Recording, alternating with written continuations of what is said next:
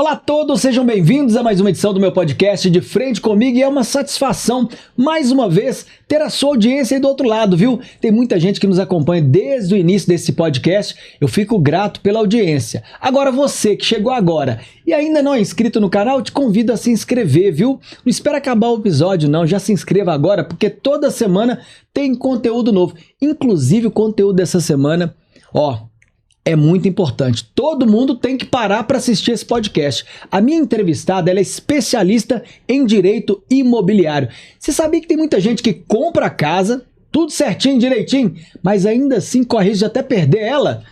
Tem que se atentar aos detalhes, por isso que o assunto está aqui. O direito imobiliário é o nosso assunto de hoje.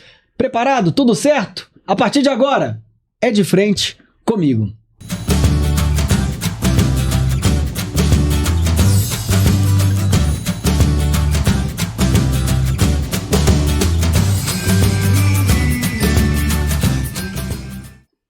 E de frente comigo para falar desse assunto tão importante, o direito imobiliário, eu estou com a doutora Daniela Campos. Doutora, um prazer recebê-la aqui, viu? Prazer, Pablo.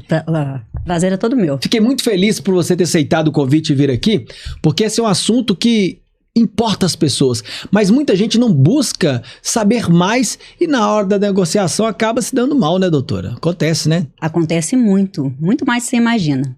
As pessoas compram, pagam, acham que realizaram um sonho e, na verdade, criaram um problema enorme.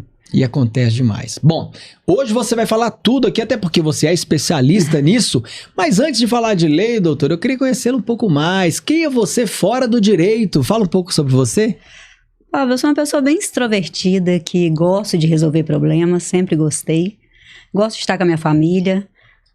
E, enfim, sou uma pessoa normal, mas... Gente como a gente, né? Gente como a gente, exatamente. E o que te fez escolher esse direito imobiliário específico, essa especialidade? Aliás, a senhora começou em qual área do direito? Na verdade, o direito imobiliário está na minha vida antes do direito.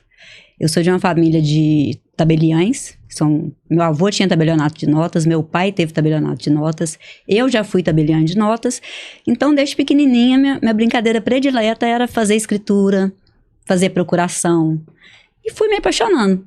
Olha e só. Vendo muito que muitas pessoas entravam numa fria atrás da outra e eu não achava justo.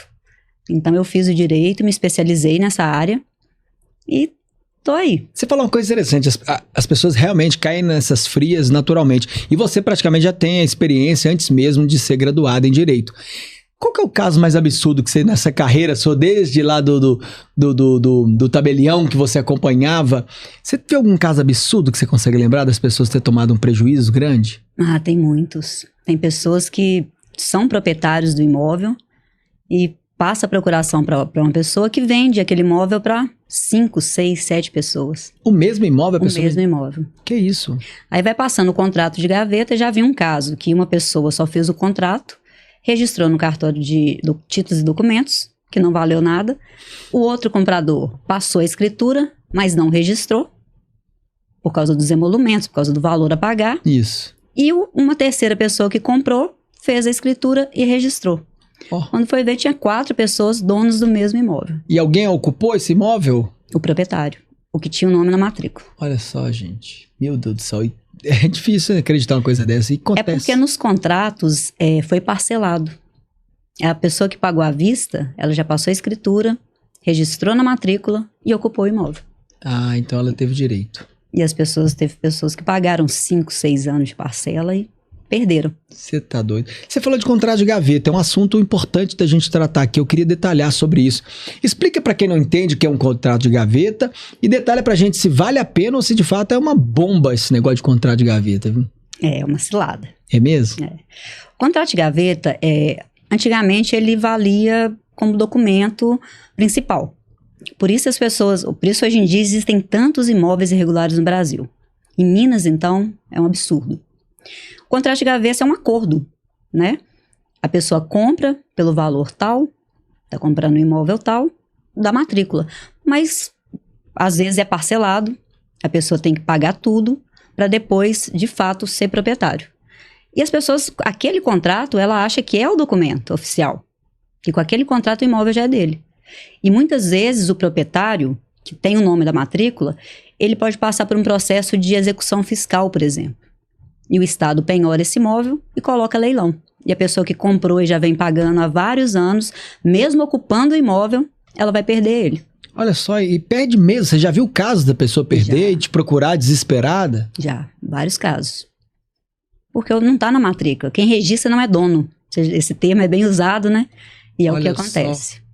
E quando é uma ação dessa, pode ser reversível? Ou como é que funciona esses casos? Não tem jeito mais? Não, hoje tem vários casos de regularizar o imóvel tendo apenas o contrato, certo? Você tem, por exemplo, a uso capião, que se você ocupa o imóvel por determinado tempo, esse imóvel não existe penhora. Você pode registrar a matrícula, tem adjudicação, tem várias formas, mas você tem que procurar antes do problema aparecer. Por isso que eu sempre falo com os meus clientes. Você está com vontade de comprar um imóvel? Olhou, apaixonou? Procura um profissional. Vamos olhar se compensa mesmo comprar esse imóvel. Pois é, ainda hoje eu quero que você trate sobre isso, sabe? Fala um pouco sobre as dicas que você pode dar para as pessoas na hora de comprar o imóvel. Que muita gente tá aí sonhando em ter um imóvel. Você que assiste a gente aqui, ó, pode deixar no meio aqui, Chiquinho. Você que nos assiste, que tá pensando em comprar um imóvel, tá projetando, tá procurando, às vezes nem parou para pensar, tá preocupado com financiamento, com dinheiro para pagar e tudo mais, mas não parou para pensar, e se aparecer o imóvel? O que você precisa olhar? Quais as documentações? Daqui a pouco você fala pra gente, é bom que a gente segura a audiência do povo curioso, tá bom? Ok. Você falou de uso capião, eu já quero entrar nesse assunto, eu sei que é um assunto que a gente combinou lá na frente. Ainda existe, as pessoas tomam posse por uso capião? Como é que funciona na prática? E detalha pra gente o que é o uso capião, para entender. Tá, vamos lá. O uso capião é a posse. Você ocupa um imóvel, você trata desse imóvel, você faz construção nele, você faz reforma, você paga todas as contas desse imóvel por determinado tempo. O uso capião a gente tem aí de 5 anos a 15 anos, tem de 2 anos. Então, cada caso tem que ser analisado. Mas o principal é a posse, você ocupa, manso e pacífico, ou seja, ninguém está te pedindo esse imóvel, ninguém foi atrás de você para pagar um aluguel, pedir para você sair, não existe uma ação contra. E depois de determinado tempo, como você não conhece quem era o proprietário, e às vezes um ia comprando de boca que comprava do outro, aí você entra com a uso capião. A uso capião hoje pode ser feita em cartório, em alguns casos, que é bem mais rápido. Mas a pessoa, por exemplo, ela ocupou um imóvel. Isso eu tô falando do uso capião quando a pessoa, ela comprou e não tem o registro e ali ela quer se titular dona diante daquela negociação. Não tô falando das pessoas de má fé, que existem também. Muito. Aquelas pessoas que invadem determinados locais, que estão abandonados e falam, olha, eu vou ocupar aqui para mim. E mesmo assim conseguem, em alguns casos desses, não conseguem? Sim. Porque não aparece o dono ou porque... Porque às vezes o dono abandonou porque tinha muito imposto. Aí as pessoas entram nesses imóveis e depois de determinado tempo, quando ela já faz direito a uso capião, ela negocia esses impostos.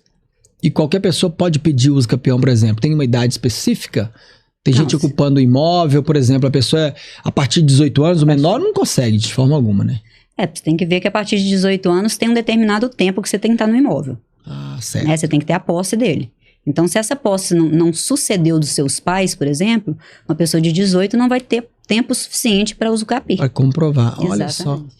E vai lembrar também, meu povo, que é uso capião e não uso campeão, né? Tem gente que fala, e tem tudo a ver o uso campeão, né? Com você parecendo e tal. Muita gente fala campeão. Isso nas reportagens já presenciei. Você falou de uso capião também familiar, me chamou muita atenção esse tópico, né? Seria uso capião familiar, o abandono do lar. Me explica como é que funciona isso na prática. Pablo, isso está acontecendo muito. Agora que as pessoas estão começando a entender o que é esse uso capião.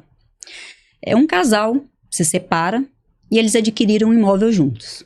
Se eles adquiriram juntos, ambos são proprietários. Só que quando esse casal se separa, ou o marido, a esposa, o companheiro, ele sai do imóvel, ele some para não ter que pagar as contas e fica para a pessoa que ficou no imóvel. Essa pessoa continua usando o imóvel como se fosse dono, pagando todas as contas, fazendo reformas necessárias.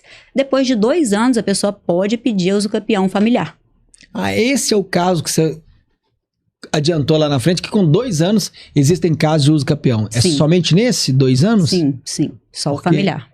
É um tempo curto, mas faz sentido, né? Porque pensa só, o marido sai de casa. Abandonou tudo. Abandonou tudo e acha que a mulher tá lá e tá pegando o boi e ele tem que cumprir com as obrigações de impostos e tudo mais. Ele pode voltar depois de 5, 6 anos e pedir a venda daquele imóvel, por exemplo. Falando que ele tem direito à metade. Então isso não é justo. Olha só. Aí a justiça entendeu por dar esse direito à pessoa que ficou no imóvel. Isso é novo ou já é uma regra antiga? Está sendo usado mais agora. Não é tão antigo quanto essas usucapiões que a gente já são normalizadas, né? 15 anos, 10 anos, 5 anos são as mais antigas. Essa de 2 anos, ela é mais recente, ou pelo menos é que está sendo mais usada agora. Essa só pode ser judicial. Ah, tá.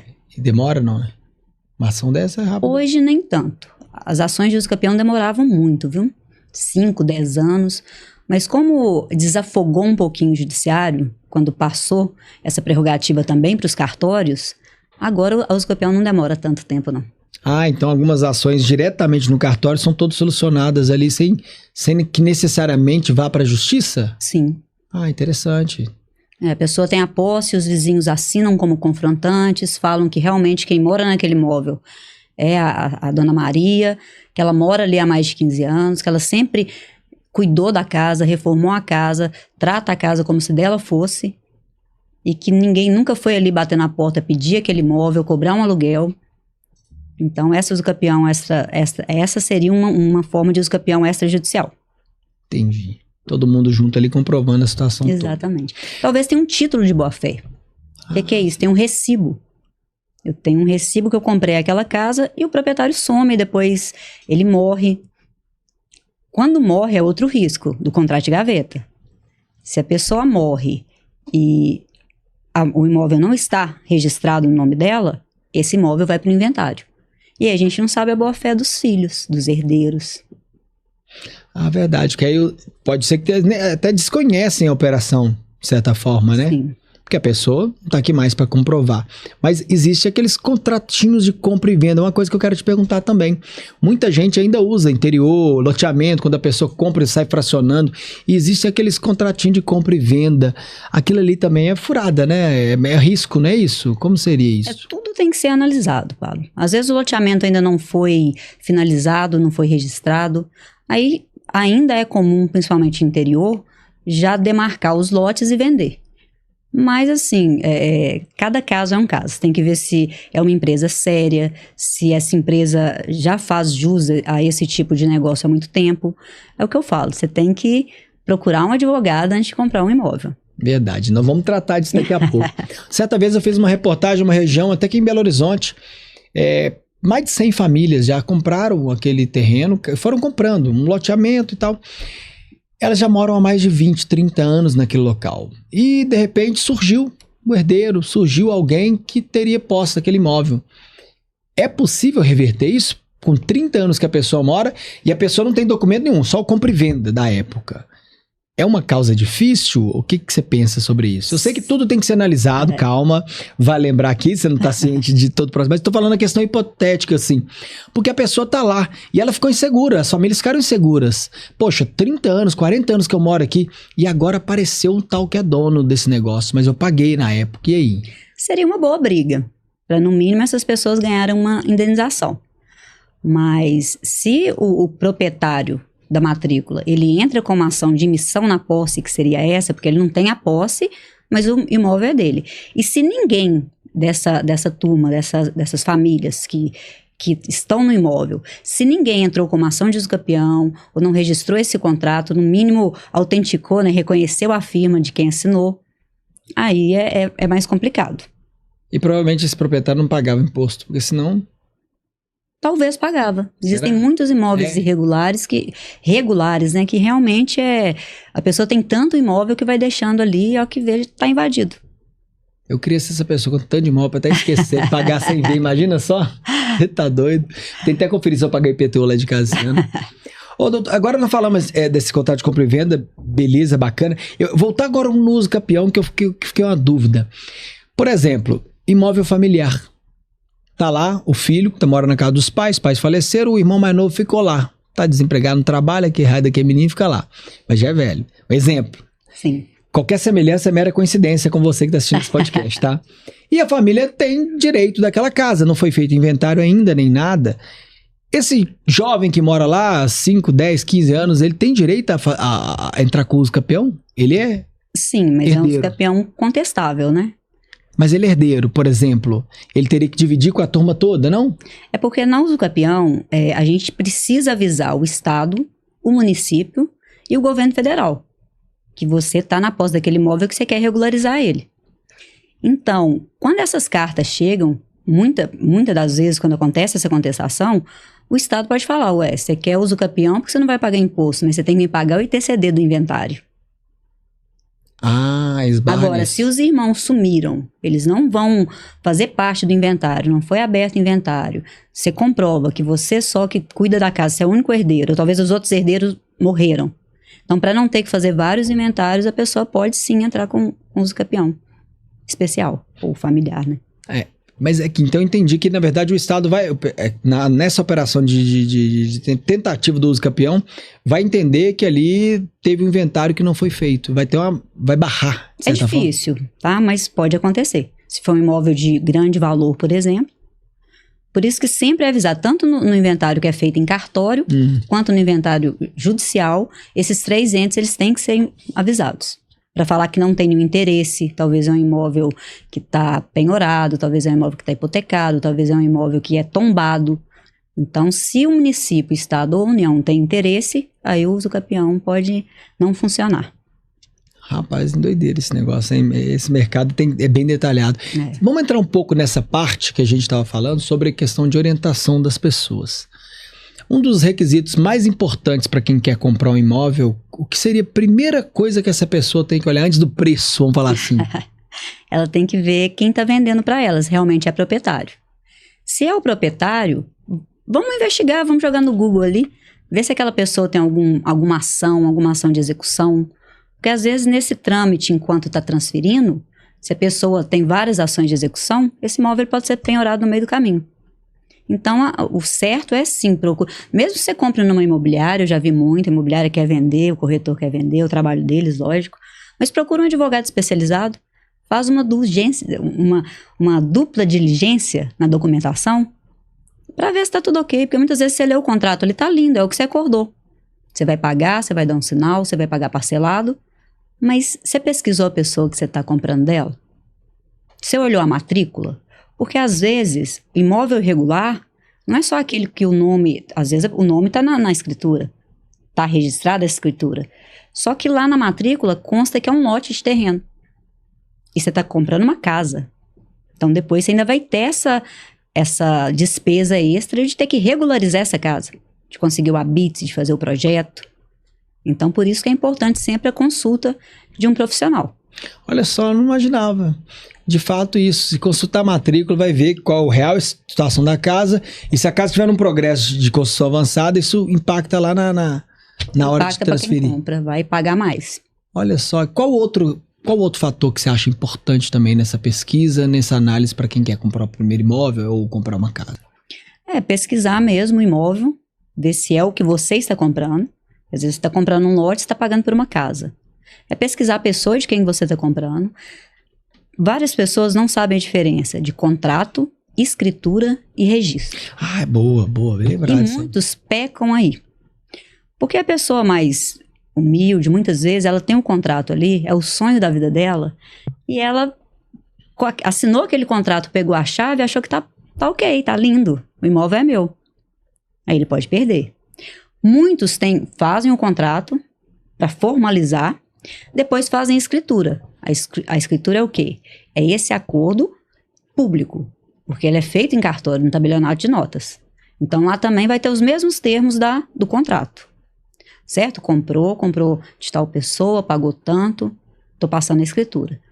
Aí você tem, além de pagar a escritura, você tem que pagar o registro na matrícula, no registro de imóveis, no cartório de registro de imóveis. Então, muitas pessoas param aqui na escritura. Fala, eu já tenho um documento de cartório, então eu estou seguro. Mas não. Aí você pode ter uma surpresa que você quer vender amanhã, a pessoa fala, não, mas você tem que registrar essa escritura. Aí você chega lá no cartório de imóveis, essa pessoa já vendeu para outra, esse imóvel pode ter sido usucapido. Meu Deus do céu. Direito imobiliário é lindo. Não, lindo para quem entende, porque para quem toma prejuízo esse... Outro dia eu entrevistei aqui um pastor que todos os dias vai na casa que ele pagou e faz orações no muro.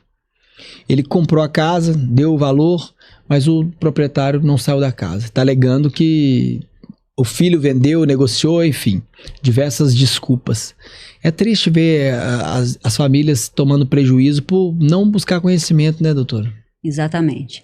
Porque eu acho assim, a pessoa, para realizar o sonho, a pessoa vê o valor do imóvel, paga um pouquinho a mais para fazer a coisa certa. Porque, igual esse pastor, muitas vezes eu vejo a pessoa vender a nua propriedade. O que é isso? Às vezes eu tenho uma casa, certo? E para que essa casa, os pais muitas vezes fazem isso, né? Passa para o nome do filho, em vida, para não ter briga de inventário, ok? E fica com o usufruto. O usufruto é o quê? É o direito de posse. Ninguém te tira ali de dentro, enquanto você for vivo. E aí vai lá o filho que está com problema, enfim, né? E vende a nua propriedade. Aí a nova propriedade é o quê? Seria o domínio, mas não pode registrar enquanto tiver usufruto. Então, muitos também, por não consultar a matrícula, ver que tem usufruto, no contrato tem que ter assinatura, a pessoa tem que renunciar ao usufruto.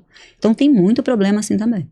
Você falou de usufruto, achei interessante. Como que a pessoa faz, então, para ter isso? Por exemplo, uma vovozinha que tem uma casa e ela quer colocar em nome dos netinhos e deixar o usufruto dela. É possível isso, por exemplo? Sim. É comum? E como que é o procedimento? Como que as pessoas fazem? Essa senhora vai ter que pagar uma escritura de usufruto, vai ter que pagar o imposto, que é o ITCD.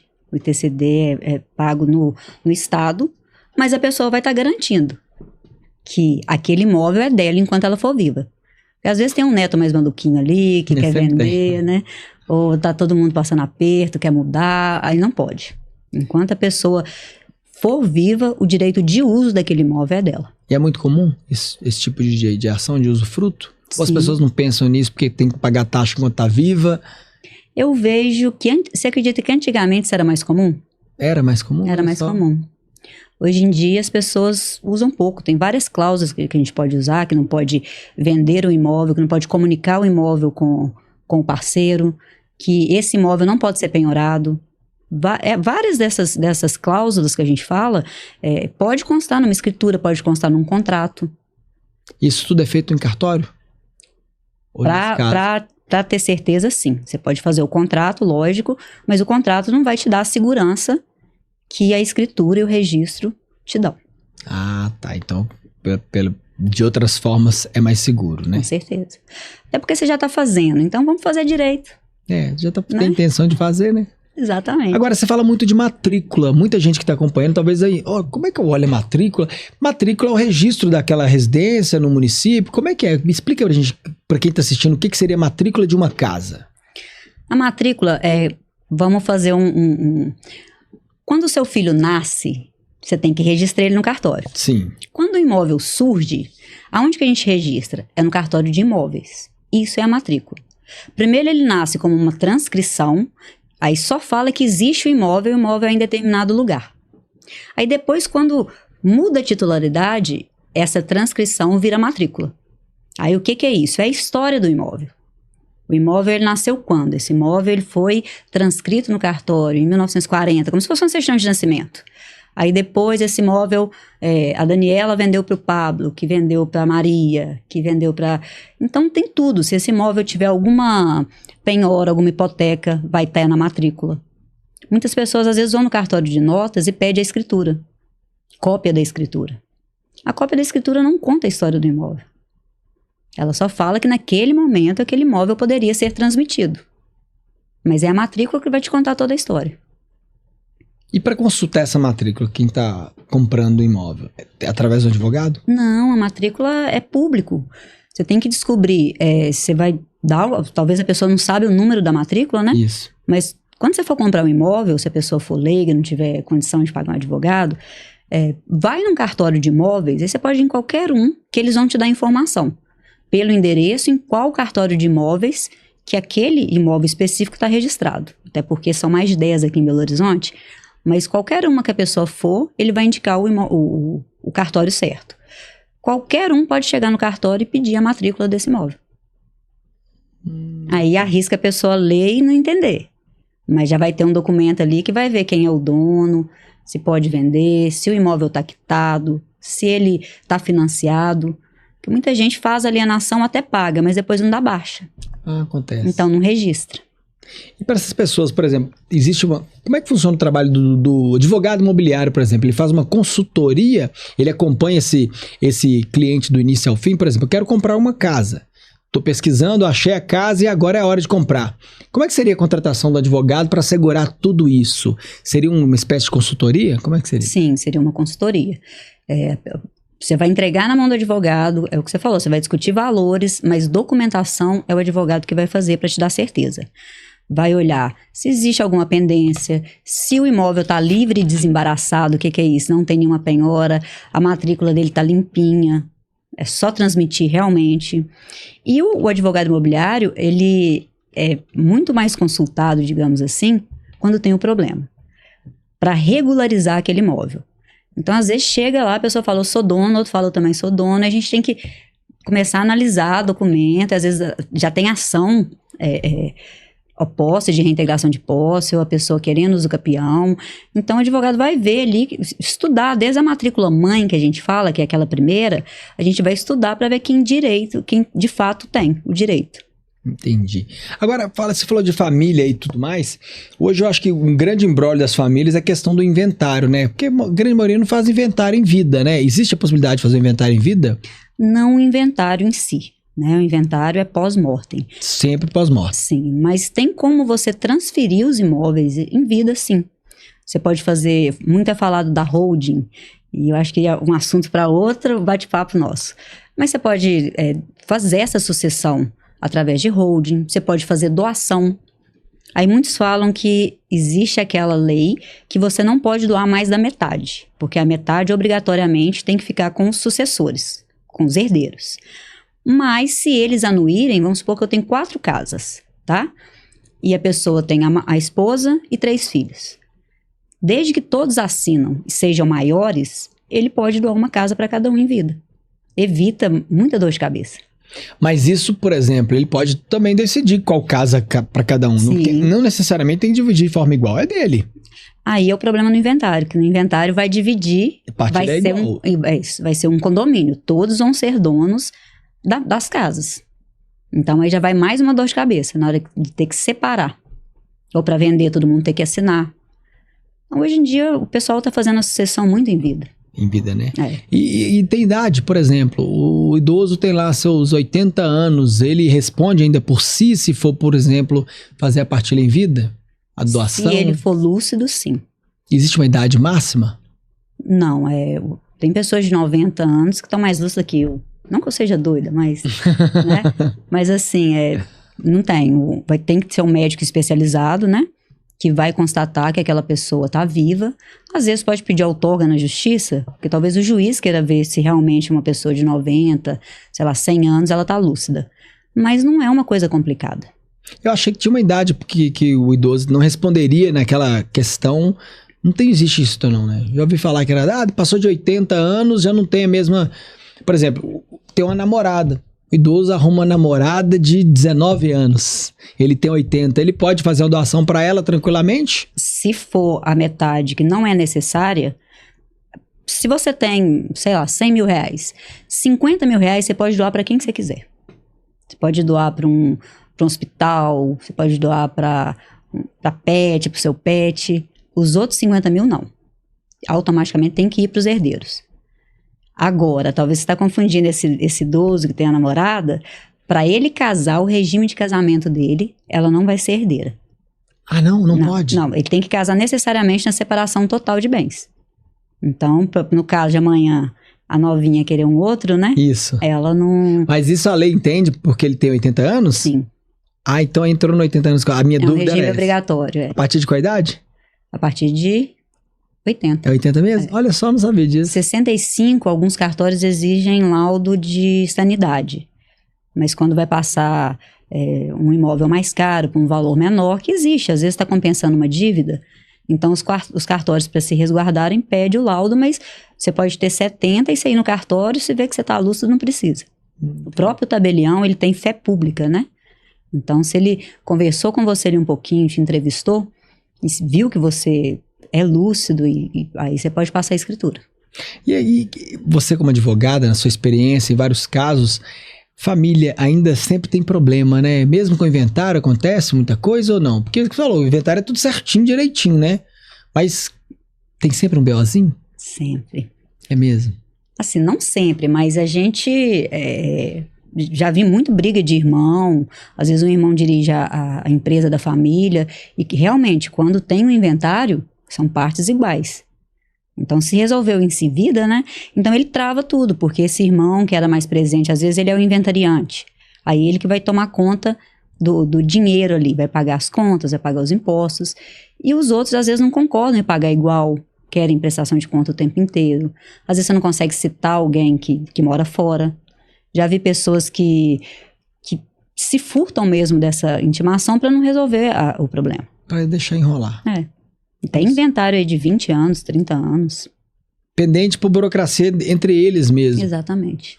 Às vezes, e a maior burocracia chama-se ITCD, porque é um imposto alto que se paga no inventário. Verdade, tem isso, né? E teve reajuste agora, parece, ou não mantém? Vai ter agora, com a reforma tributária, vai mudar muita coisa. Parece né? que muito. Mas, por enquanto, esse ITCD ele pode ser parcelado. Então, a pessoa não tem que ter medo de resolver. O inventário, eu falo, quanto mais amigável, melhor, que pode ser feito em cartório. Olha só. Por exemplo, a família tem lá 5 filhos, morreu a mãe, e qualquer um pode ser o inventariante, pode pegar e puxar a rédea ali e falar, eu quero ser inventariante, fazer o mais novo, não tem aquela regra antiga, eu quero o mais velho que começa a olhar isso, não tem isso mais não? Não, geralmente é o que abre o inventário, é o inventariante. Aquela pessoa mais, como se diz, mais pra frente. Geralmente é ele, qualquer um dos herdeiros pode abrir o inventário. Aí ele já pede pro juiz nomear ele como inventariante e normalmente o juiz nomeia. Isso pode ser contestado pelos outros? Sim, mas tem que ter um motivo. Eu sou inventariante, mas eu tô pagando tudo, tô prestando conta, então não tem por que me tirar. E se alguém entrar e barra o processo, aí tem várias formas, vai contestar porque vendeu, às vezes precisa vender um imóvel para pagar um imposto, a pessoa não concorda, porque ela acha que o imposto ele tem que ser gratuito. E não, às vezes o juiz dá a justiça gratuita, mas não para a pessoa que tem muitos bens, até porque não tem lógica, né? Entendi. Então, assim, inventário, por mais amigável que seja, na hora que você fala em dinheiro, que você fala em patrimônio, vai te dar uma dor de cabeça. Imagino. Por exemplo, aí vamos na prática então, porque bom que tira a dúvida de muita gente. A pessoa tem um imóvel, 500 mil reais, 5 filhos. Esse valor do inventário, você falou que pode ser parcelado, por exemplo, né? O imposto, sim. O imposto do inventário, ele pode ser parcelado. Sim. E aí, teoricamente, essa pessoa tem que dividir para cada um. E cada um não for pagar, aí agarra ali porque o outro não vai pagar. É um tipo de burocracia simples assim que vai agarrando esse resultado. É aí que é bom o advogado. Por quê? Talvez você não tenha o dinheiro para pagar. Certo. E futuramente vocês querem colocar essa casa à venda. Então, no seu quinhão, a parte que você tem que receber, um outro irmão paga e depois desconta.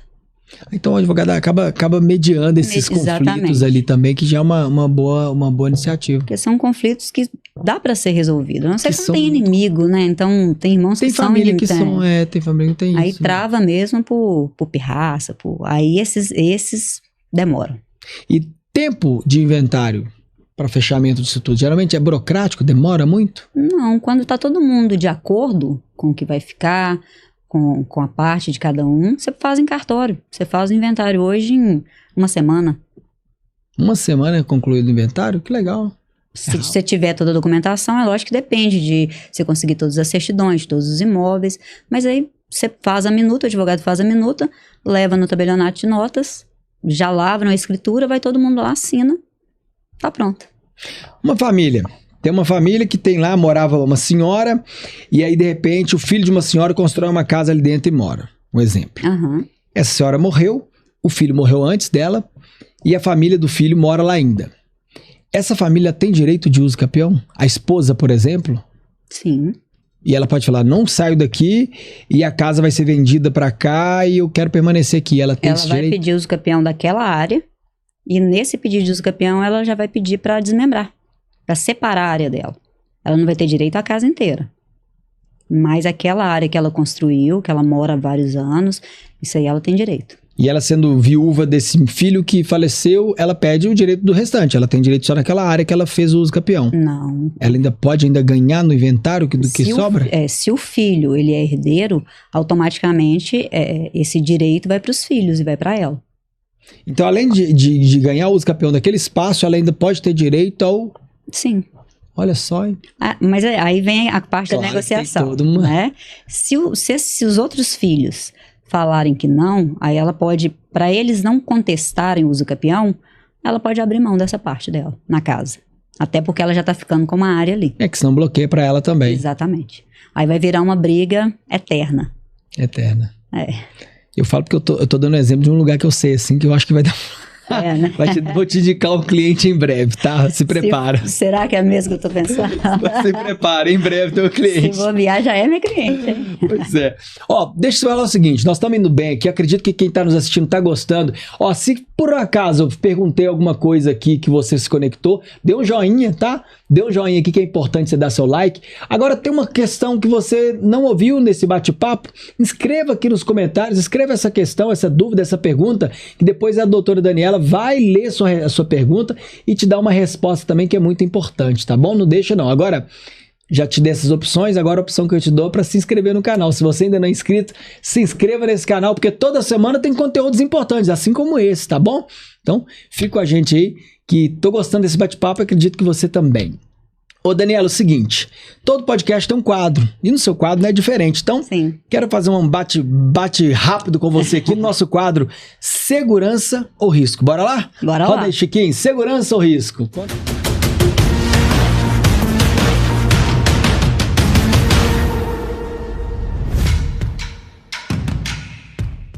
Pois é, vou te fazer algumas perguntas bem básicas, mas eu quero que você me responda se é de fato seguro ou se é um risco, mas você pode responder com tanta tranquilidade, tá? Nós estamos com tempo aqui até de manhã, tá bom? Falamos disso, mas detalha pra gente melhor. Contrato de gaveta, segurança ou risco e sim por quê? Risco. Por quê, minha filha? Porque você pode pagar e depois não levar. Você vai assinar o contrato de gaveta, você acha que você é dono, e quando você vai regularizar esse imóvel, seja 1 ano depois, 2 anos, ele pode estar em nome de outra pessoa, ele pode estar penhorado. Então, não te traz segurança jurídica. Às vezes você pega a chave ali, você acha aquilo mais importante, mas no final você pode ficar sem. E esse papo de contrato surgiu na época que o fio do bigode valia, né? Aquela coisa toda, né? Era mais seguro até a operação, né? Não, tem muita operação de contrato oral. De boca, né? De boca, de pegar na mão e confiar. Você tá doido? Eu não faço um negócio desse nunca na minha vida. Antigamente faziam muito, né? Antigamente tinha, né? Às vezes os filhos aí herdam fazendas e vai olhar, o pai comprou de boca e tá no nome de alguém que já faleceu e para fazer uso capião tem que procurar os herdeiros. Então é aquela coisa, vamos ver a documentação e... É risco. É risco. Total. Comprar imóvel só com recibo, é risco ou é seguro? É muito risco. É bem arriscado, né? Eu também não tenho coragem, não. Porque só recibo não tá falando nem o que você comprou. Tá falando que você pagou alguma coisa. Não cita número de matrícula, não cita como que foi o pagamento. Então, se fizer um recibo completinho, vale? O recibo contratinho vai virar um contrato. Vai virar um contrato. Agora, só um recibo, pagou... Aquele azul. Isso, exatamente. Aquele aluguel, né? Parece uma promissória, né? Isso. Muito risco. Isso deve acontecer muito com aqueles locais que a pessoa tem uma chácara e aí ela vai fracionando e vendendo pedaços ali. Deve ter muito disso, não deve? Muito. Aí não tem nada, quase que um fio do bigode mesmo, dá um recibo ali e vai espalhando. E acontece muito, né? Acontece. O recibo é importante para um tipo de regularização, sabe, Pablo? Quando você tem um contrato e você tem o recibo, e você tem tempo, ao invés de você ter que entrar com a uso capião, que é a mais usual, você pode entrar com um instituto que chama adjudicação. O nome é um pouquinho complicado. Mas vamos detalhar para o povo entender. Como chama o contrato? Adjudicação compulsória.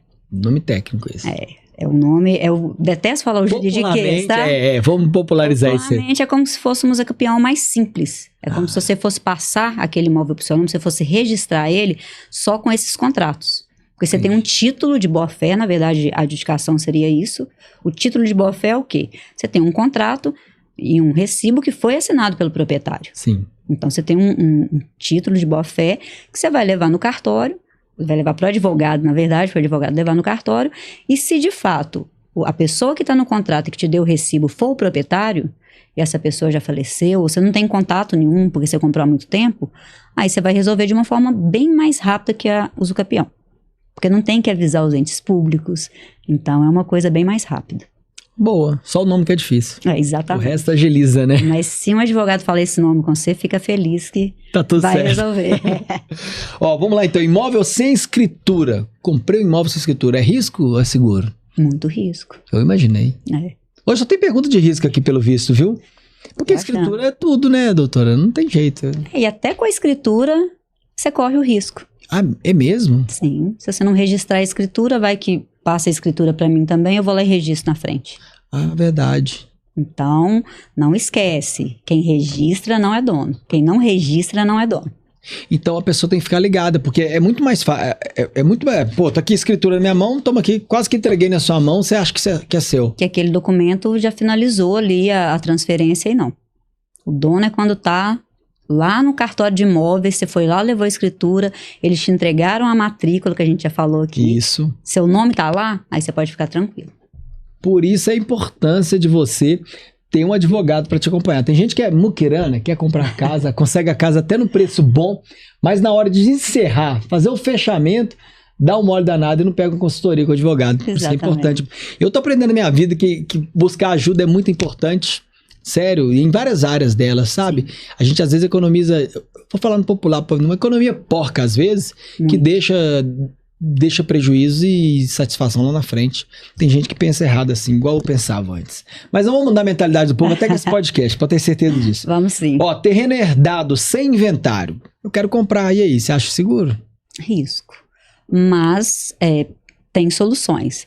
Se todos os herdeiros estiverem de acordo e eles transferem o poder de posse não, perdão. Você faz uma escritura de cessão de direitos hereditários. O que é isso? Eu estou cedendo meu direito de herança para o Pablo. Então você pode abrir o inventário e regularizar aquele imóvel. Agora, se só um herdeiro te vendeu e tem outros aí, cai fora. Aí começa a ficar... Aí começa o problema. Agora, se todos assinarem e fizerem uma escritura, você pode comprar que não. Aí primeiro, consulta a matrícula. Bem Consultou, lembrado. De fato, é deles. A escritura de cessão de direitos hereditários resolve o seu problema. Olha, eu fiz uma pergunta aqui, mas você já respondeu ela, mas eu quero colocar aqui que é quase que um corte. E aí eu te pergunto, comprar direto com dono, sem advogado, é seguro ou é arriscado? Tá aí. É risco. É risco. Tem que Porque às vezes o proprietário, ele tá até de boa fé, às vezes muitos não sabem que existe uma ação. Vamos supor, você está devendo IPTU daquele imóvel, ou você está devendo algum imposto para o Estado. Às vezes a pessoa não tem noção que ela pode perder um imóvel por causa disso. E vai lá e te vende. Ok, de fato o imóvel é dele, mas aí vai lá a justiça e manda bloquear aquele imóvel. Então não compra direto, pode comprar do proprietário, mas procura um profissional. Vê se esse imóvel realmente ele está livre, desembaraçado, porque talvez existe já uma ação e quando você compra, esse também é um caso absurdo, tá, Pablo? Às vezes eu compro o imóvel e na hora que eu pego a matrícula, ela tá limpa, tá linda, posso vender. No intervalo entre a negociação, a minuta do contrato, a escritura, quando você vai registrar, em 30 dias, digamos assim, já tem uma hipoteca ali, você não consegue registrar. E por quê? Porque você não investigou o proprietário. Não procura saber se existiu uma ação, não entrou naquela ação, viu como que tá a situação. E talvez nem o próprio proprietário sabia. Que pudesse entrar uma ação contra aquele imóvel. Exatamente. Olha só, interessante isso. E as pessoas não percebem isso. Mas igual você falou, tá lá, a pessoa deu um Google ali, às vezes tem uma ação, tem um probleminha... mas vai ser resolvido e tal. Mas lá no longo do processo podem entrar outras ações que podem complicar. O advogado consegue rastrear tudo isso? Aliás, é claro, nós estamos falando de uma ação, uma pesquisa simples que eu acabei de exemplificar aqui no Google, por exemplo. Mas com relação ao advogado, ele vai pesquisar em outras searas ali para tentar cercar tudo isso, né? Sim, porque a pessoa vai no Jus Brasil, vai no Google, ela sabe que existe o processo. Isso. O advogado, ele vai entrar naquele processo, vai ver a situação que tá, se corre risco, se o Estado já pediu a penhora daquele imóvel, se ainda não pediu. Porque se ainda não pediu, ele tá livre, não tem problema vender. Agora, se pedir enquanto tá tendo esse trâmite, é risco até para o proprietário. Sem dúvida. Porque cometeria um crime ali, né? É seguro até para quem vende, então, buscar orientação, né? Exatamente. Porque às vezes ele, igual você falou, tá de boa fé, mas lá na frente entra... Às vezes divide os honorários da consultoria. Faz sentido. É o mais certo. Falando nisso, na sua trajetória aí, na sua experiência, vamos humanizar um pouco esse podcast, sabe? Porque é um momento muito feliz da família comprar uma casa, né? Muitas pessoas lutam, sonham com isso a vida inteira. E deve ser para você uma experiência muito boa, saber e participar disso, né? Como é que é essa vivência, né, nesse mercado, doutora? Como eu te falei, desde muito nova eu fico ali no meio do cartorário, né? E onde que as pessoas viam burocracia, eu via sonhos serem realizados. A pessoa ia, comprava um imóvel, quando consegue, faz tudo, já registra. É lindo isso. Então é muito triste quando às vezes a pessoa só procura quando o problema já está lá grande, a pessoa não está dormindo mais, que ela pode perder aquele imóvel, a pessoa pagou, sei lá, gastou dinheiro, as economias de uma vida, e quando foi registrar tem um problema no imóvel. Então, procura antes, porque depois vai sair caro. E tem aquela coisa, né? Eu não sei se é só do direito, mas eu acho que esse ditado, ele é pra vida. Quem paga mal, paga 2 vezes. Exatamente. Né? Pra vida. Eu já tomei uns prejuízos assim. Exatamente, é pra tudo. Agora, com relação a imóveis de aluguel, por exemplo, a pessoa tem um imóvel, ela aluga e ela faz o contratinho dela mesma ali. Quais são os riscos que elas podem correr assim, alugando para essas pessoas, doutora? Porque eu tenho um medo grande disso, da pessoa de alugar. Eu mesmo tive um apartamento, tenho ainda, mas ele ficou 4 anos fechado. Porque eu não ia na imobiliária, não fazia nada e tinha medo de alugar para as pessoas. Que tipo de risco? Eu tinha medo da pessoa entrar e não sair. Isso pode acontecer? Pode. Você vai entrar com ação de despejo, mas é difícil, porque a pessoa pode ficar ali muito tempo, ela pode destruir o seu imóvel ali, e quando você consegue tirar a pessoa, você vai ter um gasto com isso. Contrato particular é válido? Sim. Você precisa da imobiliária? Pode ser direto com você, mas quando você for formalizar aquele negócio, procura uma ajuda jurídica para elaborar o seu contrato. Porque pelo menos a consultoria, ela vai investigar a pessoa que está alugando, vai pedir uma garantia. Hoje em dia é fácil, hoje em dia tem aí no banco, seguro fiança. Antigamente eram só aqueles fiadores, né, que tem que ter 3 vezes mais o valor do aluguel, tem que ter um imóvel em nome dele. Hoje o seguro fiança, calção, a pessoa paga ele 3 meses, talvez seja o tempo para você tirar alguém dali. Então é uma consultoria mesmo, não faz nada da sua cabeça, não. Eu odeio fazendo isso aí, mas né. Faço, não vou puxar a sua orelha. Já passou. Tem também aquelas questões também, né? Porque às vezes tem que incluir um certo seguro para prevenir. Por exemplo, eu tenho um inquilino, tem esse contrato lá de praticamente feito nas coxas, vamos dizer assim. Uhum. E se a casa pega fogo com ele, não tem seguro, não tem nada, geralmente é incluso isso? Sim, a pessoa tem que pagar o seguro. Seguro da casa, geralmente é o proprietário. Né? Mas tem muito seguro, incêndio, essas coisas que a pessoa tem que pagar, tem que colocar que a pessoa vai pagar todos os encargos. Tem gente também que entra, não tira seu amigo do seu nome e fica sem pagar, você vai ver se o nome está negativado, né? Então você tem que pôr tudo ali. Tem gente que só entrega a chave, né? Ele não fala nada com a pessoa. A confiança. Você tem que falar que, olha, o IPTU todo ano é seu, senão você vai ver, você está devendo prefeitura, você perde seu imóvel, por quê? Quanto tempo que leva para perder o imóvel, por exemplo, se estiver devendo no IPTU? Eles já podem ajuizar a execução com 2 anos, e aí, lógico, você vai contestar, né? Sim. Taxas de condomínio pode fazer você perder seu imóvel. Pois isso aí eu fiquei outro dia assustado, igual eu falei pra você. 4 anos que eu tinha meu imóvel lá e fiquei pagando condomínio e fiquei revoltado. Falei, meu Deus, não mora ninguém que tem que pagar e de fato tem que pagar, né? Tem que pagar, senão você pode perder.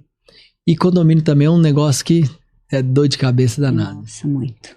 Muita dor de cabeça. Pra mexer nessa área não é fácil não, viu? Por isso que o advogado tem que ser rico igual a senhora, porque vale muito a pena, né? Amém, recebo, viu, Paulo?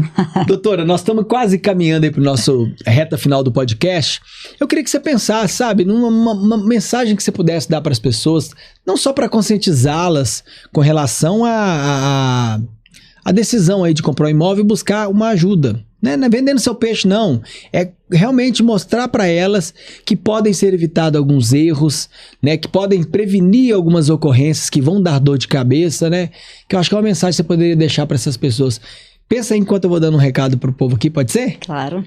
E aí, tá curtindo esse podcast? Eu tô gostando e já vi vários cortes aqui. Eu tenho certeza que a partir de agora você vai comprar o imóvel e vai pensar 2 vezes em como agir, né? Vai desconfiar de todo mundo. Se você tem imóvel para alugar, assim como eu fiz o contrato nas coxas, a doutora me ensinou que eu preciso de rever tudo isso e aprendi nesse podcast, tá bom? Ó, você já é inscrito aqui no nosso canal? Se ainda não, faça o seguinte, se inscreva aqui no nosso canal, é muito importante a sua participação, não deixe de se inscrever. Se você tá gostando desse conteúdo, dê um joinha que também é bom, sabe por quê? Porque isso motiva a gente aqui e leva para as outras pessoas que esse conteúdo é importante. Outra coisa que eu sempre falo, e esse episódio eu acabei esquecendo, aqui embaixo tem uma setinha que chama compartilhar. Pega essa setinha, coloca lá no grupo de família. Eu sei que ainda não teve inventário, graças a Deus sua vovozinha tá viva, mas manda lá um conteúdo que lá na frente vocês vão precisar e todo mundo precisa saber disso. Mas compartilha para todo mundo que esse assunto você pode ajudar um amigo seu que às vezes tá fazendo negociação e daqui a pouco tá te pedindo favor para morar na sua casa que tá sem nada. Cuidado, se previna, tá? Agora joga para cá, doutora Daniela. Feliz de ter esse bate-papo com você, o assunto é extenso, nós temos que voltar para falar mais coisas desse ramo específico, nós vamos ter muita coisa para falar pela frente. Você esteve na TV Alterosa com a gente também, brilhantando lá o nosso quadro Saúde Agora, foi muito legal, viu? Obrigada. Tem que voltar mais vezes lá também, que o povo da TV também precisa ser orientado sobre isso, tá? Mas manda para as pessoas aí o que você tem a dizer, uma mensagem para elas, para ajudá-las nesses momentos de decisão e de compra, né? De construção do sonho, vamos dizer assim.